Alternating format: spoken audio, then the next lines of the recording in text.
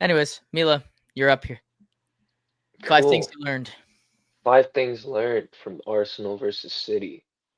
I think 3 or 4 out of these I've definitely said once or twice already, just this season in the podcast.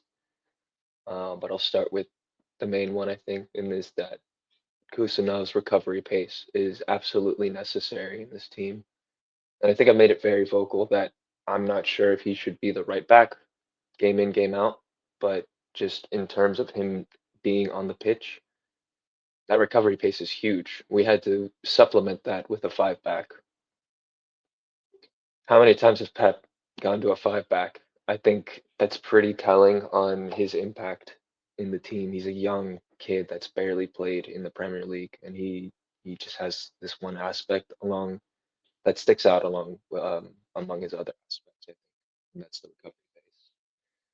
The second thing, I think just the mentality in general. I know we talked about it in the last 5 things learned, but it looks like these 11 are the main mentality guys. The guys that Pep trusts are devoted to him, to the badge, and just to their teammates to go get a win on a daily basis. I'm not saying that some of the guys on the bench aren't offering that. I just think the ones on the field at the start of the game are the examples, the leaders in that sense. So I think that was just another game where we saw that on display. Third, Donnarumma's legit.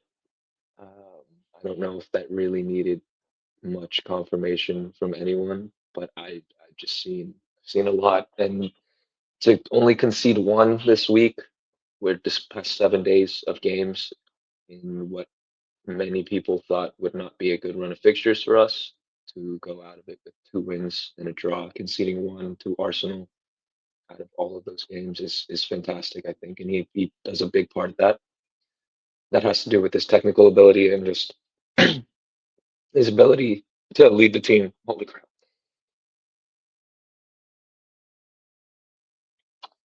Lastly, not lastly, fourth, um, Savio looks lost.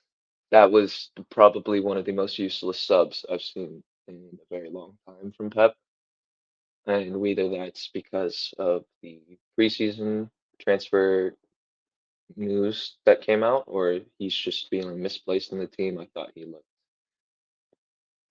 very out of place. Granted, he was playing at the striker in that like four or that 5-4-1 or whatever, but we had Doku filling in right there. There was no need to take Doku off to put in Savio to do nothing.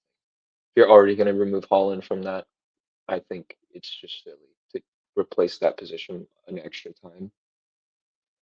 And then lastly, I got to go look at the notes again. No, Doku. Guy's class. Definitely the best player on the pitch for us last game. Just inside space dribbling is definitely something new that we've seen. Maybe not new as in like we've never seen it before, but more so just the frequency that it's happening. I think it looks like it's going to be a big part of this game going forward. I think it'll be huge with an Ait Nori coming back. We saw little glimpses of this in the Club World Cup where Ait Nori would overlap him and Doku would go a little inverted. And he was our best player in the Club World Cup mainly because of that reason. Um, but I do think even on top of that, Ait Nori has the ability to go inside a bit and let Doku play a little bit more of that touchline. So it just gives a little more versatility for Doku to do his work out there rather than just the uh, one show pony type thing. And yeah, that's my 5 things learned for this last game. Yeah, it was an interesting game, and